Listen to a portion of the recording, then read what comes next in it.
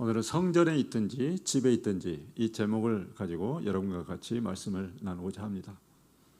오늘 본문이 우리에게 주시는 메시지는 크게 세 가지입니다. 첫째, 복음은 가둬둘 수 없습니다.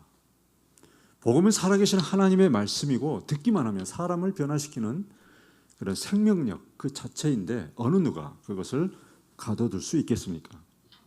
복음을 가둬둘 수 있었다면 오늘날 기독교가 존재하지도 않았겠죠.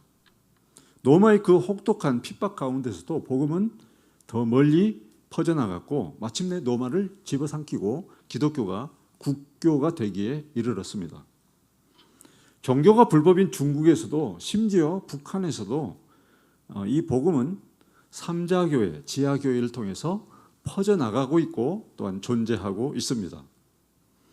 초대교회에서 사도들의 활동이 활발해지자 대제사장들과 그를 따르는 그 무리들을 그들은 사도들을 옥에 가둠으로써 복음을 가두려고 했습니다.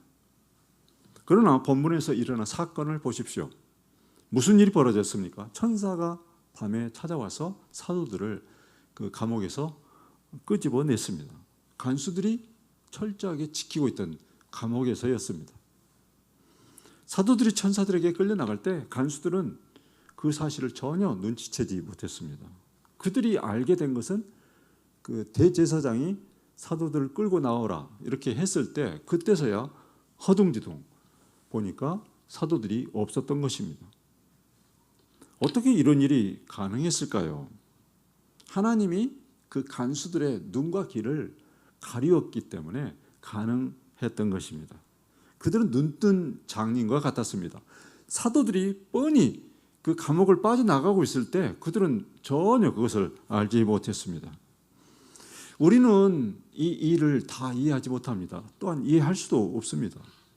영적인 존재인 그 천사들을 통해서 일어난 일이기 때문입니다. 이 사건의 경우에 하나님의 초자연적인 개입과 그 인간 그리고 사도들 그들의 물리적인 한계 그런 것들이 뛰어넘어진 그런 사건입니다.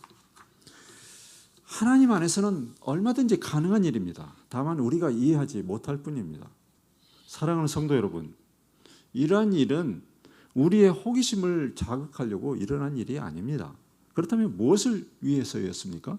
오늘 말씀 20절이 그것을 우리에게 말해주고 있습니다. 천사들이 사도들을 감옥에서 이렇게 끄집어낼 때 그때 사도들에게 전달해준 그런 말씀입니다. 가서 성전에 서서 이 생명의 말씀을 다 백성에게 말하라. 그러한 일, 다시 말해서 그 기적과 같은 그러한 일, 이러한 일은 하나님의 말씀을 선포하라고 하나님의 말씀을 선포하라고 일어난 일입니다. 생명의 말씀을 선포하는 것이 얼마나 중요한지 여러분 아시겠죠? 그 일을 위해서라면 감옥에서도 끄집어내 줄 수도 있고 아니면 어느 곳에서든 그들을 풀어줄 수 있는 그들을 자유하게 해줄 수 있는 그런 일이 일어날 수 있다는 것입니다. 그래서 생명의 말씀을 들어야 될 사람이 있다면 그들을 위해서라면 그 일을 하고자 하는 사람이 있으면 하나님께서는 그 일을 할 수 있도록 얼마든지 그 일을 할 수 있도록 환경, 여건 아니면 그 어떤 것이라도 다 풀어주고 또한 열어주셔서 그 일을 할 수 있게 해주신다는 것입니다. 그것을 보여준 것이 오늘 본문의 말씀입니다. 우리가 이해할 것은 이 손뼉도 마주쳐야 이 소리가 나죠. 마주쳐야 소리가 나죠. 그러니까 이 복음 전도자의 헌신이 있어야 하나님이 아무리 도와줘도 이 복음 전도자의 헌신이 있어야 하나님의 특별하신 개입이 일어날 수 있다는 것입니다. 초대교회 역사를 보면은 이것이 아주 완벽하게 조화를 이루고 있다는 것을 우리는 볼 수 있습니다. 우리가 교회의 본질적인 모습이다 그러면은 초대교회 이렇게 이야기하잖아요. 초대교회 이렇게 많이 이야기하는데 초대교회는 이러한 정말 환상적인 그러한 조화를 바탕으로 해서 만들어진 것입니다. 성령과 사도들 그 두 양자 간의 그 조화가 너무나도 잘 이루어진 것입니다. 사도들은 100%에 가까운 그런 헌신을 보였습니다. 매우 인상적인 일이 아닐 수가 없습니다. 어느 시대에도 이 정도의 헌신이 있었던 적은 없었죠. 근데 이 사도행전을 보면은 그 행간, 우리가 기록된 말씀을 읽는 그 행간들을 보면은 면면이 그러한 사실들이 내포되어 있습니다. 그들은 성령을 받았습니다. 그 다음부터는 베드로를 시작으로 해서 야고보, 요한, 심지어 도마, 이 모든 제자들이 어느 누구 할 것 없이 죽으면 죽으리라는 그런 각오로 그들이 복음을 전했습니다.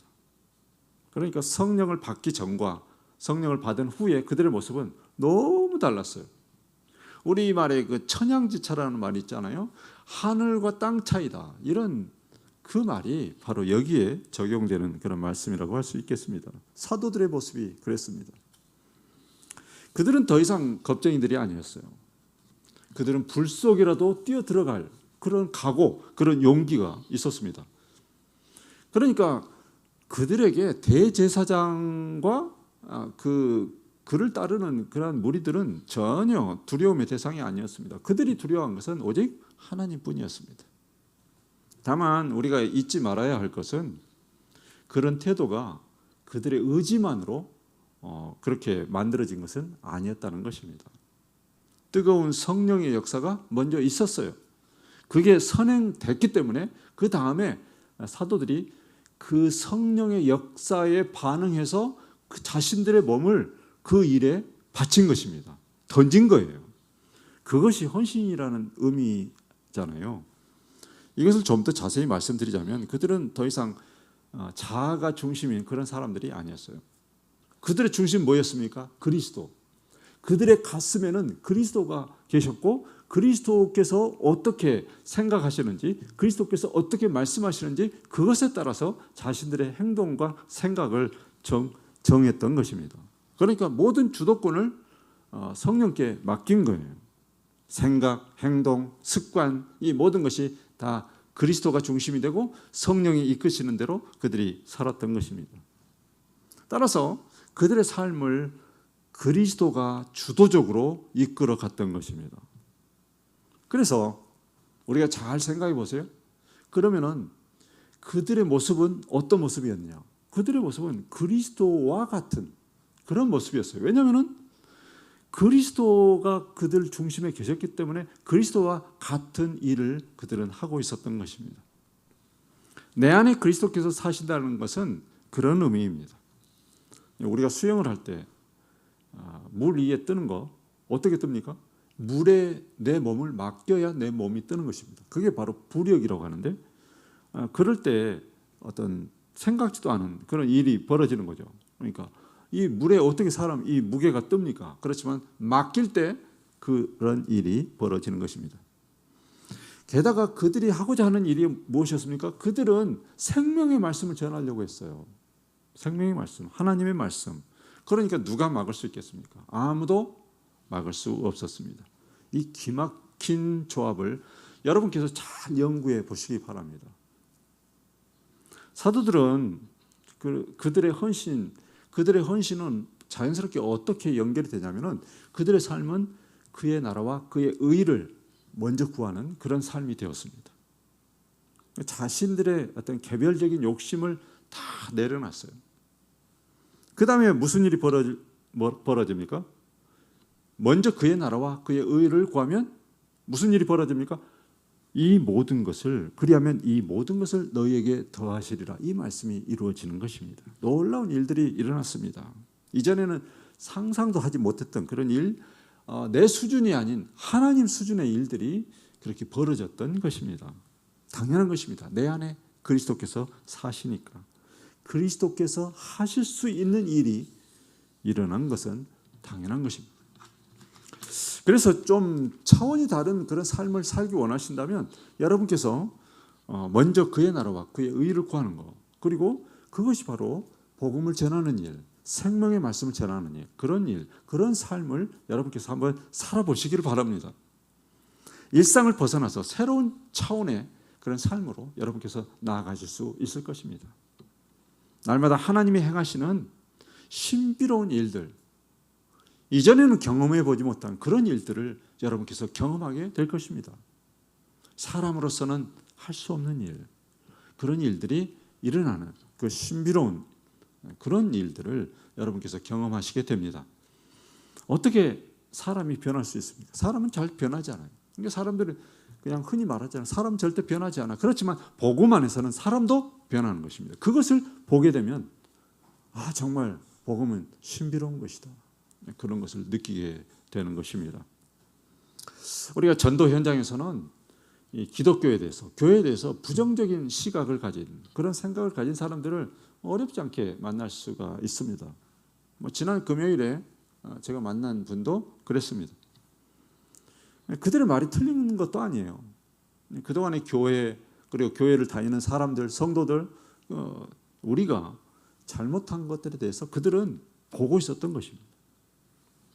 그러나 그런 사람들을 만나서 어떻게든 그들의 그 대화 속에 틈이 있잖아요. 뭔가 좀 우리가 비집고 들어갈 틈이 발견되면 그 틈을 비집고 들어가서 마음과 마음을 나누다 보면 좀 달라져요. 감정이 풀어지고 복음을 받아들일 준비가 됩니다. 이것도 신비한 거예요. 처음에는 완전히 철벽과 같은 사람이 마음 문이 서서히 열리고 이게 좀 뭔가 되겠구나 이 생각이 들면 바로 복음을 전해야 됩니다. 그러면 복음이 들어가요. 들어간다는 게 신기한 거잖아요. 이 신비로운 일이에요. 얼굴빛이 바뀝니다. 그리고 살아납니다. 그리고 영광의 주님을 그들이 만나게 됩니다. 이 일을 우리가 어떻게 안 할 수가 있겠습니까? 이 모든 일을 하나님이 우리를 통해서 하시는 것입니다. 복음을 전하는 거 결코 쉽지 않습니다. 쉽지 않죠. 그렇지만 불가능한 것도 아닙니다. 우리가 이 복음을 들고 나가다 보면, 그리고 하나님께서 역사하시는 그 하나하나의 신비로운 일들을 경험하다 보면 우리가 또 이 일을 멈출 수가 없어요. 정말 이 일에서 우리가 멀어질 수가 없는 것입니다. 사랑하는 성도 여러분, 복음은 가둬둘 수 없습니다. 복음을 전하는 것을 하나님이 가장 기뻐하시는데, 하나님이 이 복음이 막히는 거, 복음이 갇히는 거, 그것을 두고 보실 리가 없잖아요. 있을 수 없는 일입니다. 그 일에 임하는 우리의 헌신만 있다면 하나님은 얼마든지 어떤 방법을 통해서건 우리가 그 일을 할 수 있도록 우리를 도우시는 것입니다. 그래서 복음의 진전이 일어나는 거예요. 우리가 상상만으로, 우리의 생각만으로 안 될 거다, 이런 생각을 뛰어넘는 하나님의 역사, 그 성령의 역사가 일어나는 것입니다. 오늘 본문에서도 그 중에 하나의 예시가 있는데, 뭐냐면 가말리엘이라는 사람이 있어요. 이 사람은 율법 학자입니다. 그런데 이 사람이 아주 지혜로운 사람이에요. 이 사람은 예수 믿는 사람도 아니에요. 그런데 이 사람이 사도들을 돕는 일을 하는 거예요. 그것도 하나님의 역사에서 하는 것입니다. 그래서 이 가말리엘을 통해서 결국은 사도들이 풀림을 받게 되죠. 그래서 이런 일들, 이러한 것들을 여러분도 똑같이 경험해 보시기를 원하신다면 여러분 자신을 들여보세요. 나도 한번 해보자.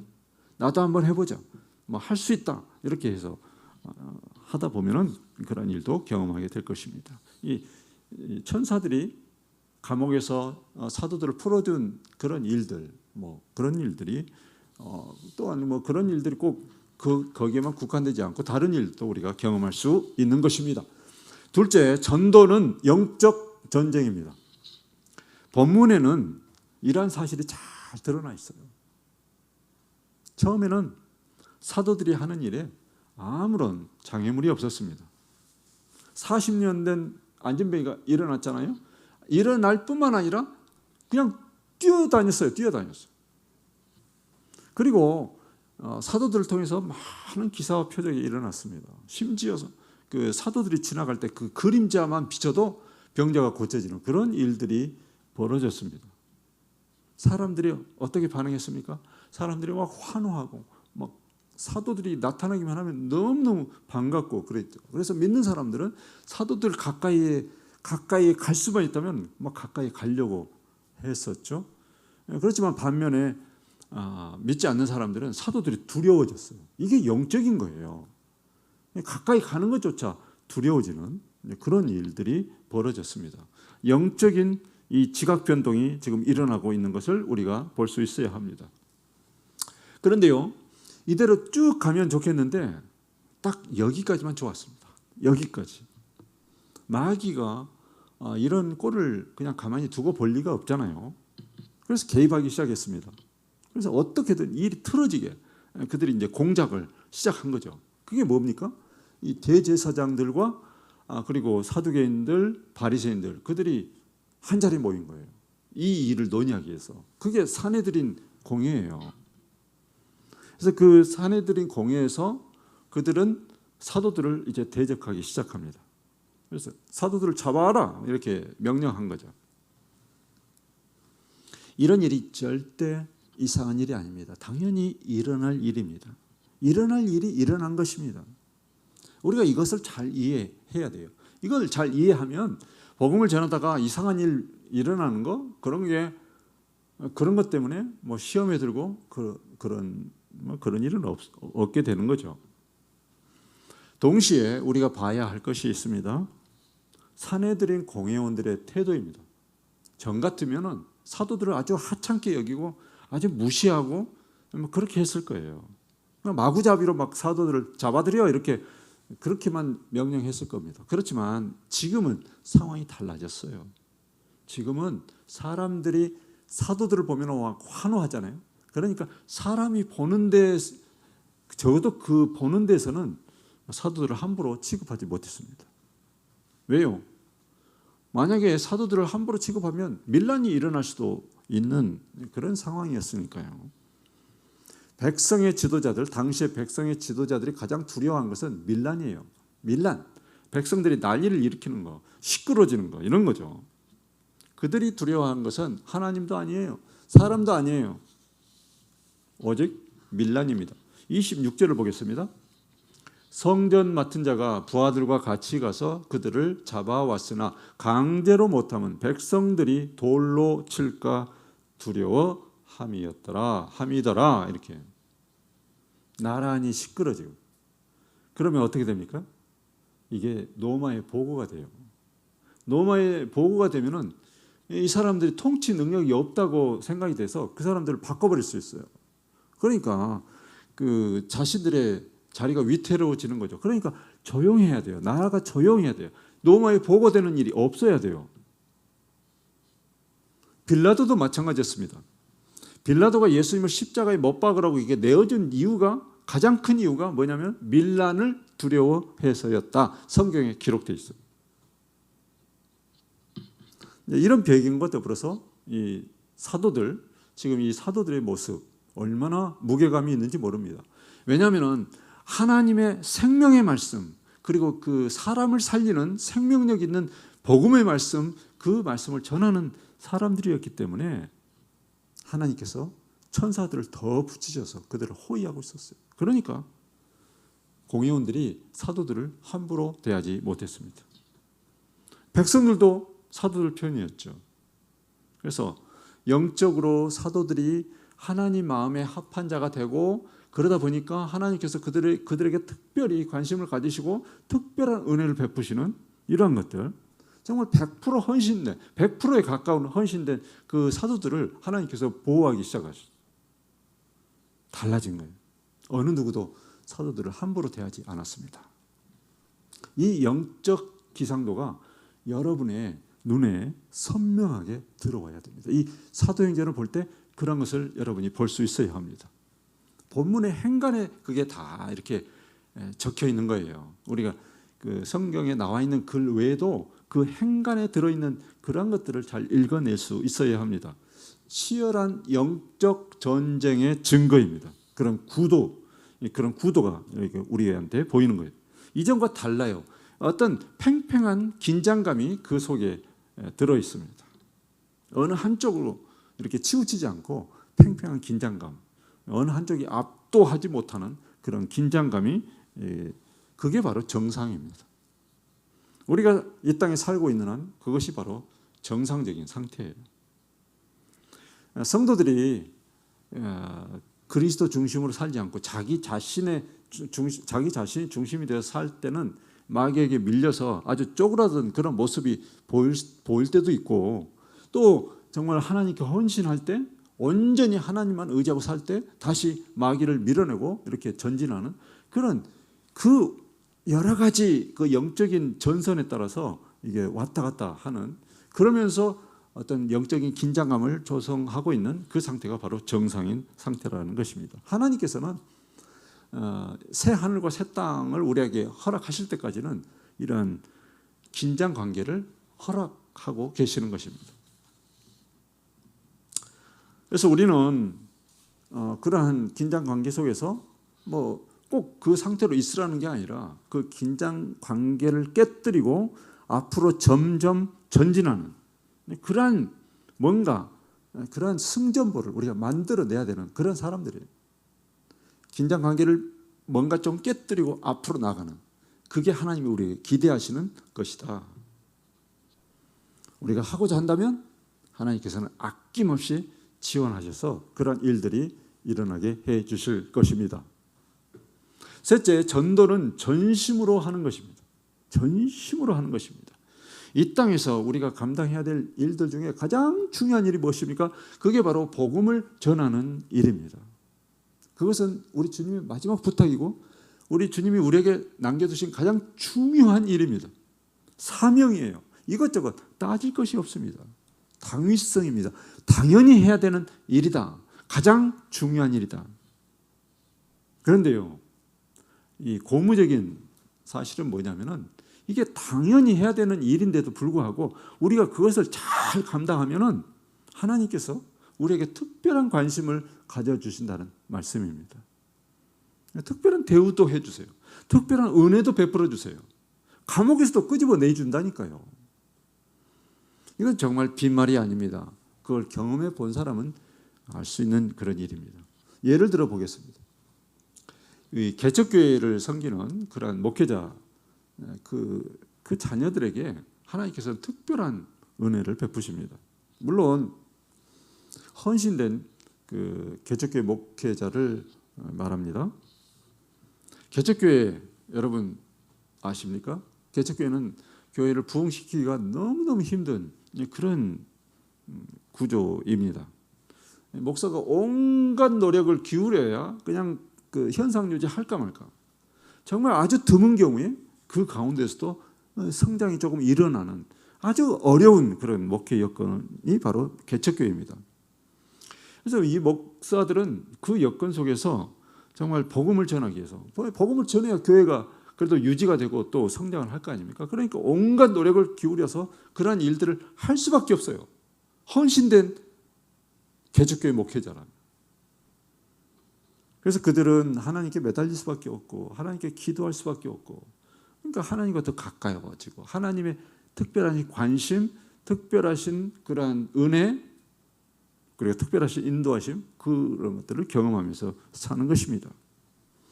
교회가 어려우면 어려울수록 더더욱 개척교회 목사들은 하나님과 더 가까워지는 그런 모습을 보입니다. 그래서 하나님께서 개척교회 목사의 그 자녀들에게, 목회자의 자녀들에게 특별한 그 은혜를 베푸신다고 하는 것은 이러한 경우에 해당되는 그런 것이겠죠. 아버지의 헌신을 하나님께서 기억하신다. 아버지의 그 헌신의 열매를 자녀들이 먹게 하신다, 맺게 하신다. 그런 말씀입니다. 그만큼 복음을 전하는 그런 일에 헌신하는 것은 하나님 보실 때 너무 귀한 거예요. 너무 귀한 거예요. 오죽하면은 그 일이 얼마나 귀하냐면은 우리가 찬송을 부를 때 그런 찬송 가사가 있잖아요. 이 천사들도 흠모할 만한 그러한 일이다. 천사도 흠모하는 그러한 일이 바로 복음을 전하는 일이다. 그 일에 여러분도 관심을 더 가져야 되는 것입니다. 그런데 이러한 이야기가 단지 목회자 이야기만 아니라 정말 이름 없이 빛도 없이 복음을 위해서 헌신하는 모든 사람, 잃어버린 영혼을 위해서 그들을 찾고 그들에게 복음을 전하기 위해서 열심히 노력하는 모든 분들, 모든 성도들에게 똑같이 해당되는 그런 일인 것입니다. 사도들의 경우에 이 일이 너무나도 귀하게 여겨져요. 하면 할수록 더 귀하게 여겨지는 거예요. 왜냐하면 경험하는 게 있잖아요. 하나님의 특별하신 개입하심과 은혜가 있기 때문에 그것을 경험하면 할수록 더 귀해지는 거예요. 이 일이. 그래서 그 일에서 멀어질 수도 없어요. 그래서 그런 생각들이 점점 더 깊어지고 나머지 인생을 온전히 그 일에 자신들의 삶을 그냥 드리게 된 거예요. 그래서 오늘 본문의 말씀, 그것을 말씀해 주는 그 말씀이 있는데, 날마다 성전에 있든지 집에 있든지 예수는 그리스도라고 가르치기와 전도하기를 그치지 아니하니라. 이렇게 살았다고 성경은 기록하고 있습니다. 성전에 있든지 집에 있든지 거리에 있든지 아니면 어디에 있든지 직장에 있든지 사업장에 있든지 어느 곳에 있든지 그들이 이 전도하기를 그치지 아니하니라. 가르치기와 전도하기를 그치지 아니하니라. 그칠 수도 없는 거예요. 한번 맛을 보면은 그칠 수도 없이 계속 그 일에 몰두하게 되어 있습니다. 제가 이 사도행전을 다시 읽으면서 느끼게 되는 것은 정말 사도들이 헌신된, 좌로나 우로나 치우치지 않고 흔들리지도 않고 정말 얼마나 복음에 온전히 헌신했는가를 다시 보게 돼요. 정말 이분들 이전에는 그냥 사도들이니까 그렇게 했겠지 그렇게 보였지만 이 성경을 다시 읽으면서 그런 것들이 더 눈에 이렇게 들어오는 것입니다. 이전에 그들과 비교하면 그들의 모습은 완전히 달라요. 완전히 정말 다릅니다. 그래서 좀 낯설다 이런 생각마저 들어요. 우리가 복음서를 읽을 때 이 제자들은 아주 그냥 뭐랄까 오합지졸이었죠. 겁쟁이들이고 예수님 잡혀가실 때 다 도망갔잖아요. 베드로는 막 3번이나 부인하고 이랬던 사람이 복음을 전하는 복음 전도자가 되면서 그들은 겁쟁이가 아니라 완전히 용기 있는 그런 사람들로 거듭난 거예요. 철저하게 변해 있었습니다. 그들은 그 일에 완전히 몰두하고 있었습니다. 왜냐하면 복음은 가둬둘 수 없는 것, 그것을 그들은 경험했기 때문입니다. 그들은 이 복음을 전하는 일이 영적 전쟁임을 누구보다 절실하게 경험했기 때문입니다. 그래서 그들은 전심으로 그 일에 임했던 것입니다. 오늘 예배에 참석하신 여러분 모두가 여러분 주위를 돌아보고 정말 내가 복음을 전해야 될 사람이 누군가, 정말 그 영혼을 살려야 될 사람이 누군가, 그런 사람들을 잘 관찰하고 그런 사람들을 발견하면 그들에게 복음을 전하고 그들의 생명을 살리고 그 영혼들을 하나님께 올려드리는 그런 삶을 살면은 하나님께서 또한 여러분의 삶도 이전과 다른 이 사도들과 같은 그런 삶을 이끌어 주실 것을 믿습니다. 그런 삶을 사시기를 예수님의 이름으로 축복합니다.